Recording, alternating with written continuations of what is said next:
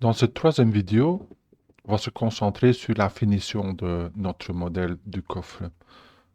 Alors ici, j'ai deux modèles, comme dans les UV. D'un côté, j'ai la version originale, c'est-à-dire avant la subdivision.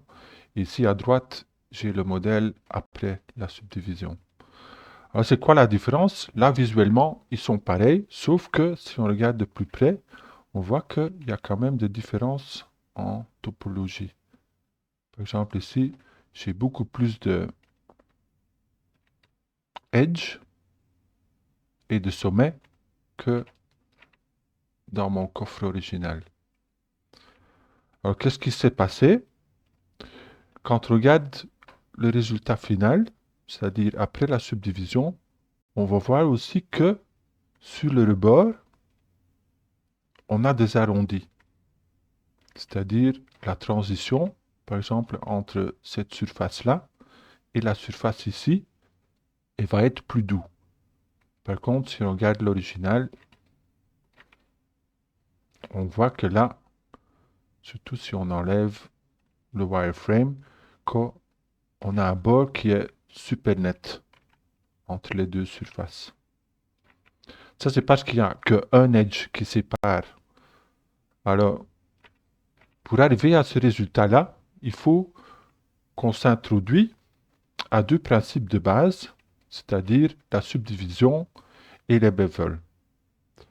Alors, les bevels, on connaît déjà un petit peu, dans le sens que on l'a utilisé pour modéliser. Et je peux vous montrer ça sur un simple cube. Alors, cachons les deux coffres et on va afficher ma grille. Et comme tantôt, on va customiser la grille.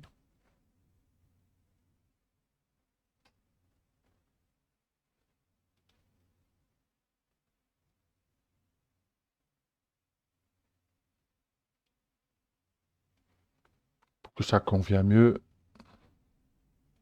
à nos recherches.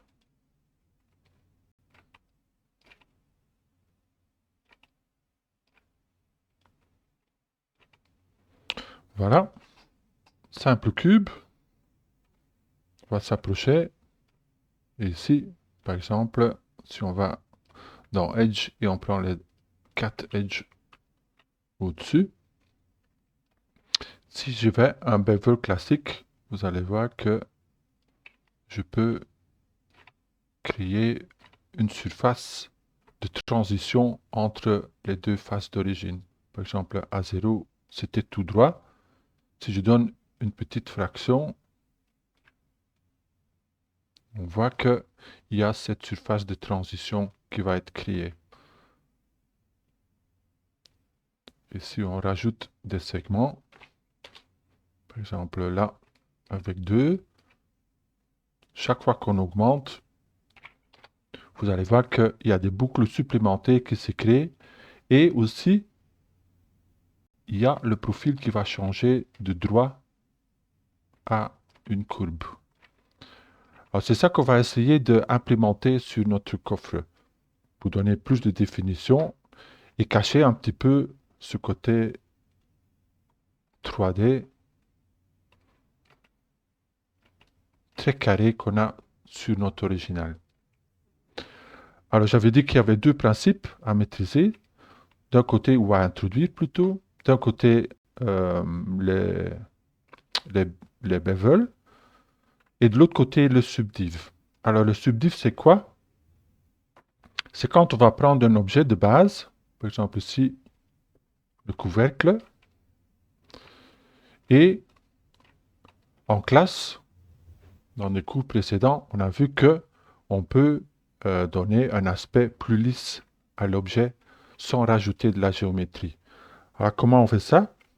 Ben, sur les raccourcis de chiffres, si vous cliquez 1, 2 ou 3, vous allez rajouter une subdivision. Et on peut regarder ça de plus près dans l'attribute editor. Là, vous allez voir que dans le shape, sous Smooth Mesh, vous allez voir que avec le preview, si je utilise le raccourci 1, vous allez voir qu'ici, en switchant entre 1 et 3, il y a une option qui s'active qui va subdiviser l'objet 2 fois. Alors la subdivision, c'est simplement qu'il va prendre chaque face et le subdiviser en 4. Ça veut dire que chaque fois qu'on rajoute, on a 4 fois plus de polygones. Et c'est cette résolution ou cette subdivision supplémentaire qui va nous permettre de lisser l'objet. Alors d'un côté, on aime bien l'arrondi, mais de l'autre côté, ça va vraiment rendre notre surface trop mou. C'est-à-dire, ce qu'on aimerait bien, idéalement, c'est trouver une combinaison entre ce résultat-ci et ce résultat-là. Et c'est là qu'intervient le bevel. Alors, ce qu'on va essayer de faire, c'est de rajouter des bevels à des endroits spécifiques qui vont nous permettre de retenir ou de garder les endroits où ça va changer, où la géométrie va changer de 90 degrés. Par exemple, ici, on a un angle droit. Là aussi, sur les bords. Ici, peut-être un peu moins. Alors là, il va falloir décider ce qu'on va faire. Mais tous les endroits où on veut des angles qui restent assez carrés, on va introduire des petits bevels et les bevels vont aider la subdivision à garder la source ou le shape dans la source plus fidèlement. Alors, ça va devenir plus clair une fois qu'on s'y met. Alors, je vais cacher, ou non, d'abord je vais montrer ici une version où j'ai rajouté des bevels et j'ai rajouté une subdivision. Et là, par exemple, on va voir qu'on a le meilleur des deux mondes. D'un côté, on garde un profil assez net dans les coins, ce qui nous donne cette différence de surface. Là, vous pouvez voir dans l'ombre et dans la lumière le contraste entre les deux. Mais sur les rebords, on va voir aussi que ce n'est pas un angle tout à fait droit. Il y a un léger arrondi. Alors pour ça, comme je disais tantôt, on a créé des bevels à des endroits spécifiques. Alors regardons ça d'un peu plus près. Je vais enlever la subdivision. Vous allez voir que ça va se remettre à 0. Et là, on peut voir que on avait un edge dans l'original. Maintenant, on en a 3. Ils ont été créés avec une certaine distance entre les différentes loupes. En plus, si vous regardez les endroits où je les ai mis, avec un peu de distance, on peut bien identifier la différence entre les endroits où il n'y a qu'un edge, par exemple tous ces edges-là, et les edges qui vont contourner le couvercle, par exemple, où on veut un edge plus lisse. Alors, disons tout, on voit un bleu plus clair, là il y aura plus de edge loop, et là on va garder ou essayer de garder l'original, et tous les autres edges qui sont en 360 ici, là on veut que l'affichage soit plus lisse. Alors ça c'est la théorie. Maintenant, essayons de faire ça en pratique. On va cacher le chest que j'ai fini avant et on va faire une partie du coffre ensemble. Alors ici aussi, j'ai créé un petit tableau qui va nous guider en 5 étapes comment rajouter ces subdivisions et ces edges en biseau. Alors, la première étape, c'est identifier les edges qu'on veut garder plus droits ou plus proches de la version originale. Deuxième étape, on va les sélectionner et les rajouter à un selection set. Troisième étape, on va créer le bevel en soi. On va changer quelques settings dans la quatrième étape. Et par après, on va voir notre résultat et faire un pas en arrière si jamais le résultat n'est pas suffisant. Voilà, ça c'est les étapes. Maintenant, première étape, comme on disait, c'est on va identifier les edges où on veut garder ou rester plus près de l'original. Alors ici, c'est un petit peu comme la vidéo précédente où on a cherché des edges pour cacher les coutures.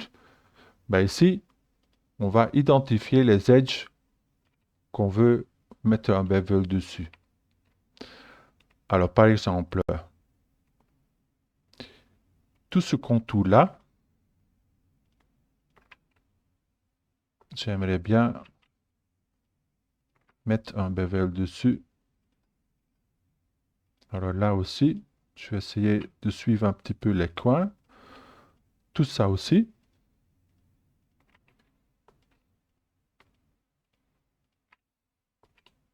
Là, là et là. Je vais essayer de rester identique. J'enlève celui-là. Et on va déjà essayer sur cette sélection-là. Par exemple, on va rajouter un bevel. Et là, on a les paramètres de base. Alors, si on regarde notre tableau, on les a sélectionnés. On a créé le bevel. On a sauté cette deuxième étape, mais ça, je montrerai tantôt. Ça, c'est pour accélérer le travail. Et on va maintenant, dans la quatrième étape, changer quelques settings. Alors, c'est quoi les paramètres qui nous intéressent? Ben, c'est surtout la fraction. Alors, la fraction, c'est la distance du bevel, c'est-à-dire l'écart quand il va dédoubler le edge original pour en créer deux. Alors ça va changer de modèle en modèle. Chez vous, ça peut être différent, mais chez moi, j'ai vu ou j'ai découvert que le 0.2 marche très très bien. C'est la distance qui convient. Alors comment le tester? Ben voilà, tester, il faut simplement passer en mode objet. Vous mettez le raccourci 3 pour ajouter deux subdivisions. Et là, on va voir que les edges que j'ai définis vont avoir un contraste ou une transition plus nette. Là, on le voit bien. Maintenant, ça fonctionne bien pour les edges que j'ai déjà fait. Mais maintenant, il faut aussi le faire sur les autres edges. Et c'est là qu'on va utiliser les selection sets pour faciliter le travail. Parce qu'en fait, si je fais marche en arrière, j'espère que j'en ai assez. Je retourne à 1. Le problème, c'est que quand on va faire ça petit pas par petit pas, c'est-à-dire faire une sélection, faire un bevel, faire une sélection, faire un bevel, ben, on va créer plein de faces qu'on ne veut pas. Par exemple ici, si je sélectionne ces edges-là, je refais mon bevel. Voilà, 0,2. Et je viens maintenant sélectionner, par exemple, ces trois-là. Je ne vais pas faire tout le contour. Ça prendrait trop de temps. Mais par exemple, maintenant, je fais un nouveau bevel. Vous allez voir que chaque fois que je fais des bevels sur des edges, il va créer des faces de plus en plus petites.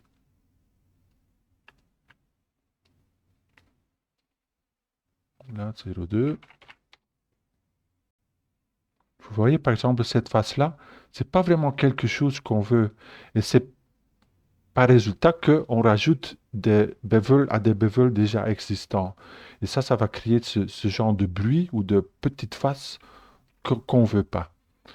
Alors, c'est quoi la remède? Ben, la remède, c'est que tous les edges où on veut rajouter un bevel, on va d'abord sélectionner, on va les sélectionner tous. Comme ça, on va faire une fois un bevel sur tout le modèle, on va voir les résultats, et si ça fonctionne, on garde. Alors, c'est quoi l'outil qui convient pour garder une sélection et rajouter, parce que ça ne va pas toujours réussir de premier coup, la sélection, ben, c'est un selection set. Alors, le selection set, on a vu ça en classe, c'est ici une sélection qu'on a créée en cours de route. Alors, comment on les crée? Ça, on a vu dans un cours précédent. On va aller dans le menu Créer et on va ici dans Selection Set prendre Quick Select Set. Alors là, il va reprendre les edges qui sont sélectionnés et les rajouter à un groupe. Alors, faisons le test. Ça, c'est Bevel Set. Et on va regarder ici, dans l'outliner, je vois déjà les edges que j'ai sélectionnés qui font partie du set. Et en plus, on peut venir ici dans le fenêtre set. C'est une fenêtre spécifique pour les sets. J'amène la fenêtre. Et ici aussi, on va voir que on a toutes les edges que j'ai déjà rajoutées au set. Ce qui est très bien, c'est que à travers cette fenêtre-ci, je peux en rajouter d'autres. Ça veut dire que je peux agrandir le selection set. Par exemple, là, je sélectionne, je vois les edges. Et maintenant, je vais rajouter des edges supplémentaires. Alors, faisons le test. Je vais rajouter tout ça, toute cette boucle intérieure.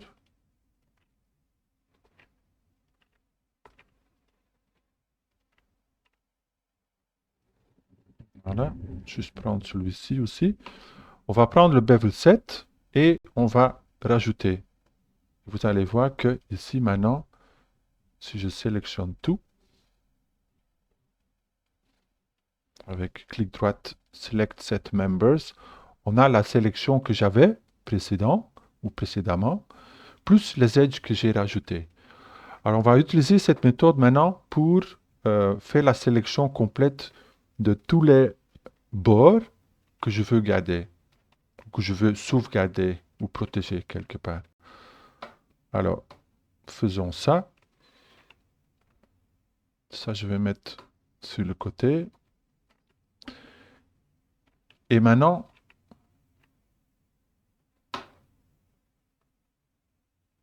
autre chose que je vais faire pour accélérer le travail, c'est mettre la symétrie.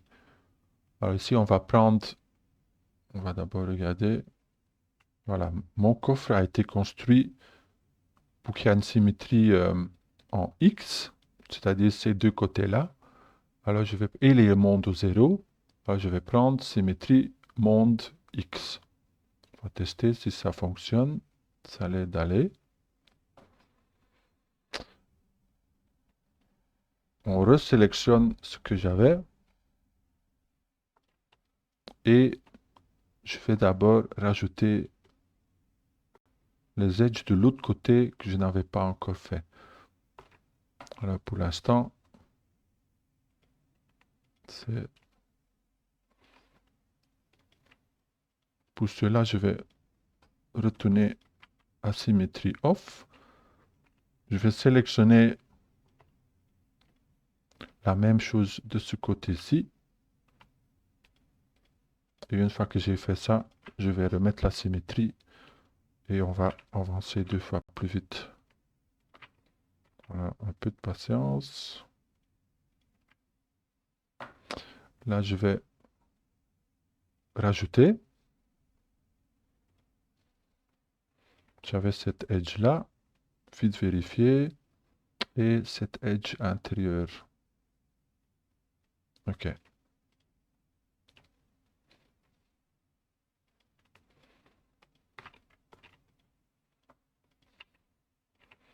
Rappelez-vous, je peux aussi utiliser le double-clic. Ça va accélérer le travail aussi. Je rajoute. On sélectionne tout. On vérifie. Est-ce que j'ai oublié quelque chose? Non, je vois qu'ici, il manque ces deux-là. On rajoute. Hop. On sélectionne tout. Et là, on est bon. Ça veut dire qu'à partir de maintenant, on peut mettre la symétrie. World X. Et là, il faut que je répère à chaque fois les edges qui vont rester plus près de l'original. Voilà aussi, je vais faire le boucle. Double-clic. Clic, clic, clic. Double-clic. Voilà.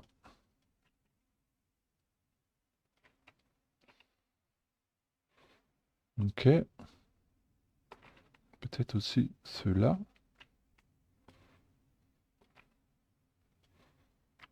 Voilà, il faut être assez précis. On va rajouter. Sélectionner. Et je vois que maintenant,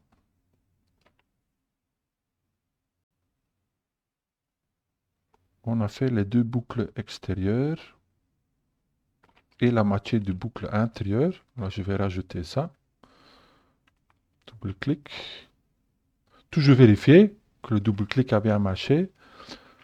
Ces deux-là aussi, je vais rajouter. Sélectionner. Ici, il manque les petits coins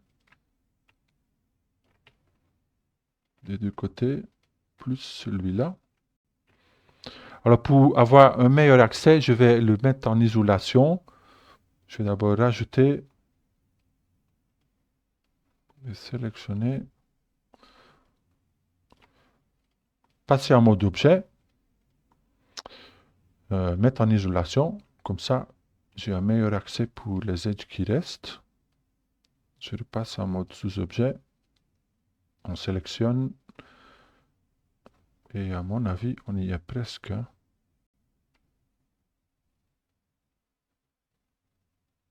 Qu'est-ce qui manque? Moi, je dirais les contours ici.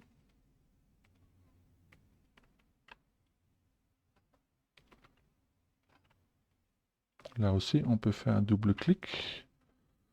Ça fait tout le tour. Les coins aussi.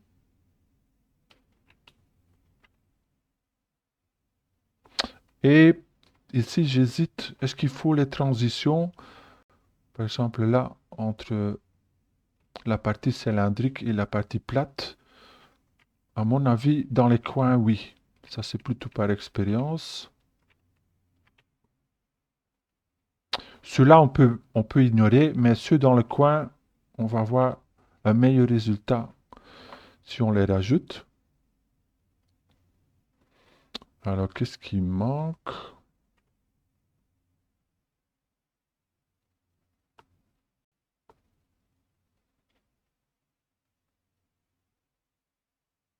L'intérieur, ça c'est sûr.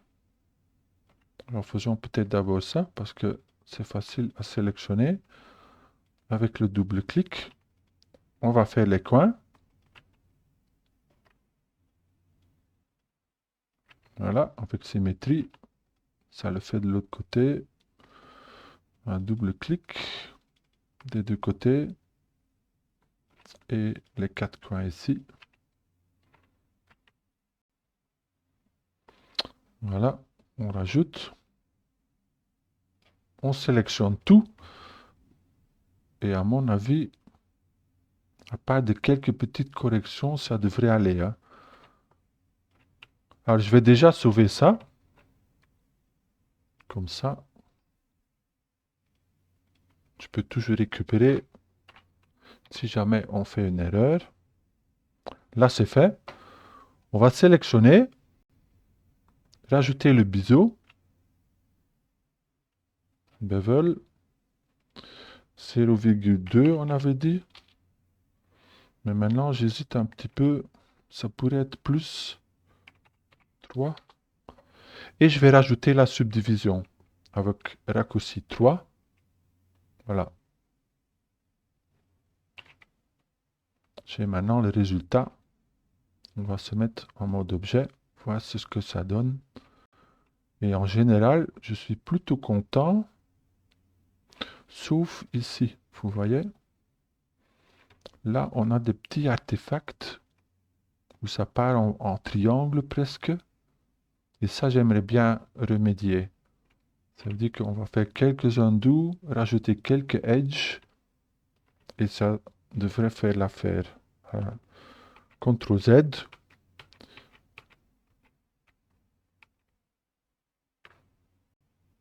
J'enlève la subdivision. Je sélectionne.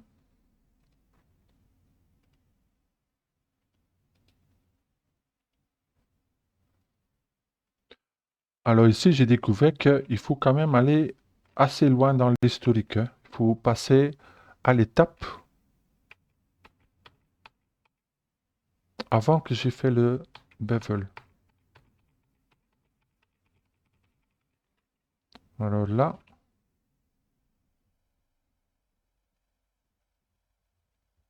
je crois que ça y est. Parce que si je retourne en avant, vous allez voir que dès que je rajoute mon bevel, il va en fait perdre le set. Alors pour vraiment être propre, je suis content que j'ai sauvé. Je vais retourner à cette version-là.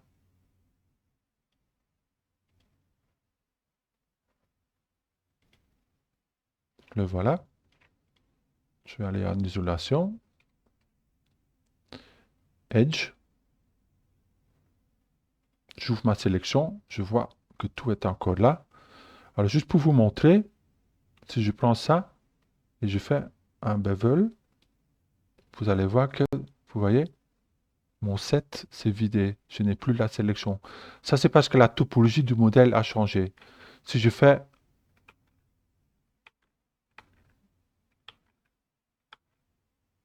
Tu vois, hein, même si je fais des undo,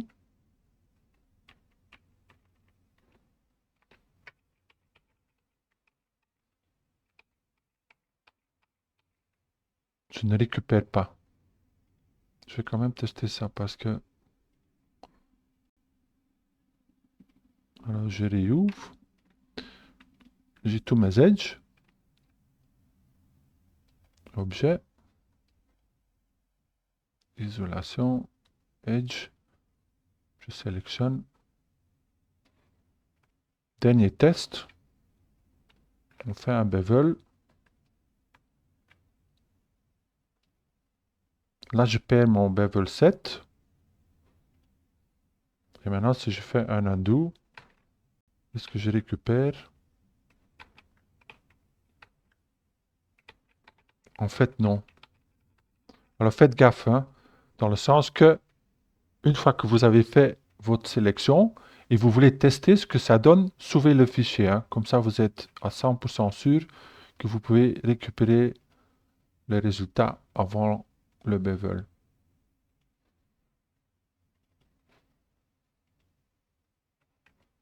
Le voilà.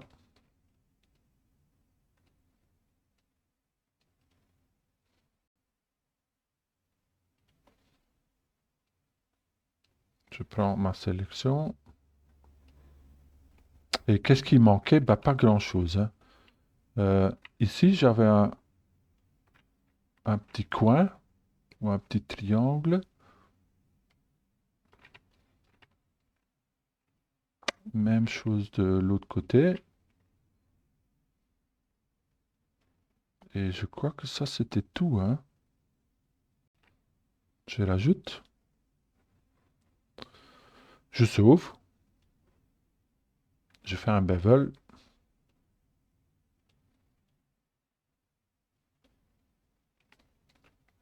On teste. Mode objet.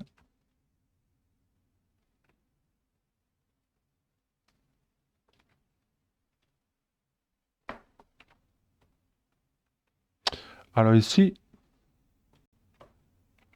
il y a un paramètre en plus qu'il faut prendre en charge.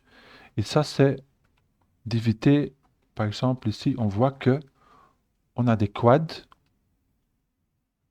on a des triangles et on a des n-gones. Là, par exemple, quad, 4 sommets, triangle 3 et un n-gone de 5. Alors, idéalement, on veut que, quand on subdivise, que tout soit des quads. Alors, quelque chose qui peut nous aider là-dedans, c'est, si je vais marcher en arrière, et là, mon undo a marché. Voilà. Le logiciel est un peu capricieux. Alors, ce que je vais faire quand je fais le bevel, je vais juste changer un paramètre.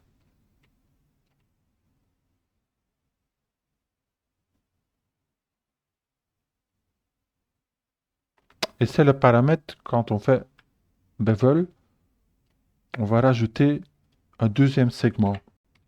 J'avais montré ça tantôt pour faire un bevel plus doux ou plus rond, où c'était en courbe plutôt que linéaire. Rappelez-vous l'exemple de la cube. Ben, je fais la même chose ici. Je rajoute un segment et ça fait que ici, où les edges vont se croiser, je n'ai que des quads. Alors ça donne un résultat beaucoup plus propre.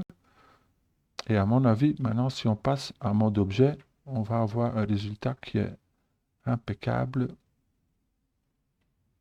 à l'extérieur et à l'intérieur. Ça veut dire que là, c'est bien. Je vais renommer ça Bevel 7 le lead. Et on peut passer à la partie suivante. Voilà, sortie de mode isolation. On prend le dessous du coffre. On isole. Et ici, c'est exactement la même chose. Hein. Il faut juste créer un nouveau set. Alors, par exemple, ici, je ne vais pas faire tout. Hein. Je vais juste vous montrer pour vous démarrer sur les autres éléments. Voilà, on commence là. On va faire créer set, quick select set. Et là, je vais faire bevel set base. Et là, j'ai mon nouveau set auquel je peux rajouter tous les autres edges que je veux protéger.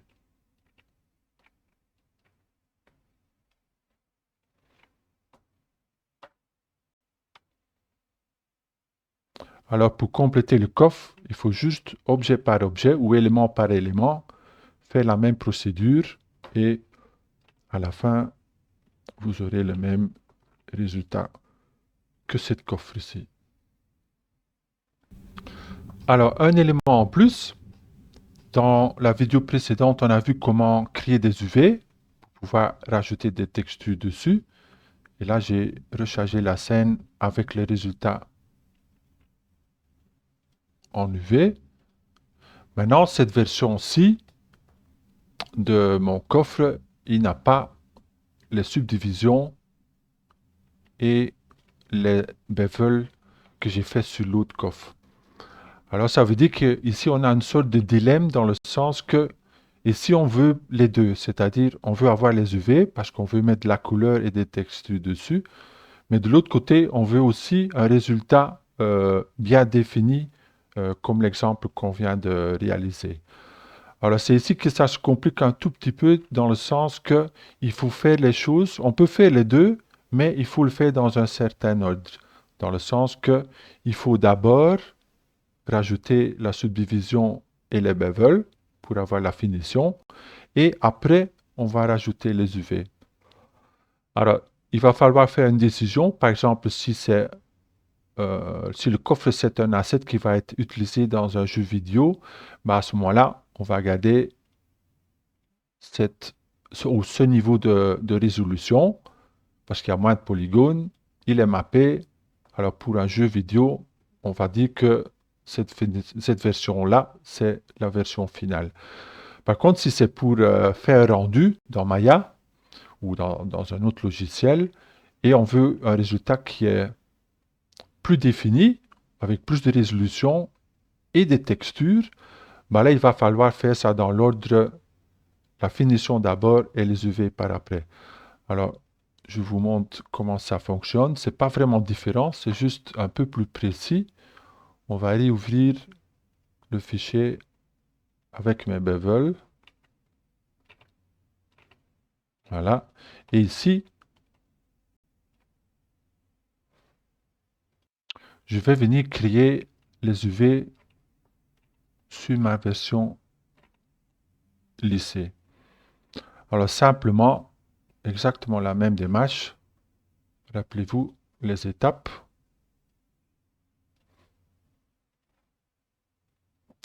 Créer les UV, sélectionner les coutures, faire un cut, un unfold et après le layout. Alors, faisons juste le début ici pour le couvercle. On va faire semblant qu'il n'y a pas d'UV. On va enlever cela. J'enlève. C'est fait. Là, il a enlevé de tout. Je vais juste le faire sur le couvercle. Voilà. Et ici, je fais la première étape, c'est-à-dire créer camera based. Rappelez-vous, c'est exactement la même démarche que dans la deuxième vidéo. Et ici, la seule chose qu'il va falloir faire, c'est que pour les coutures, on va prendre les edges qui sont au milieu du bevel. Ça veut dire qu'on va simplement venir ici. C'est un peu plus précis, comme je disais, mais sinon c'est exactement la même chose. On va venir ici.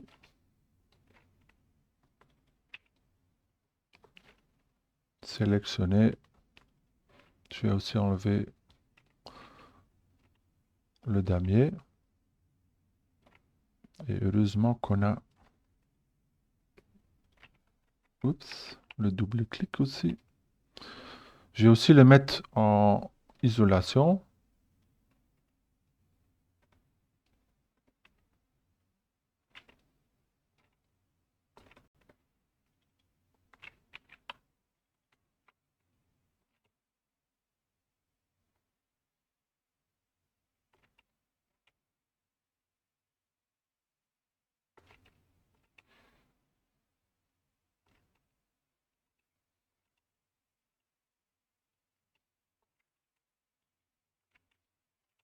Faut être sûr qu'on a capté tout le contour. Je crois que c'est le cas ici.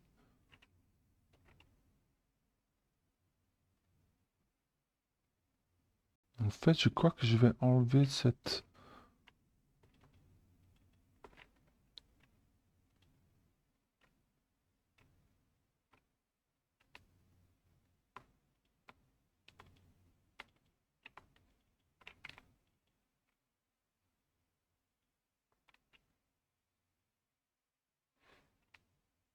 Je vais recommencer, ça va être plus propre. Je sélectionne là. Shift-clic.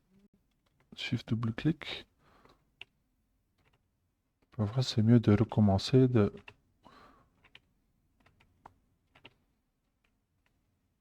Et ici,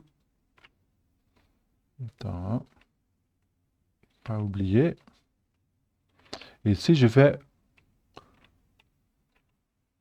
passer et rajouter tout ce qui est à l'intérieur, c'est-à-dire toute la partie renfoncée à ma couture. Voilà. Cut. On va voir si l'île ou le shell a été bien isolé. Voilà.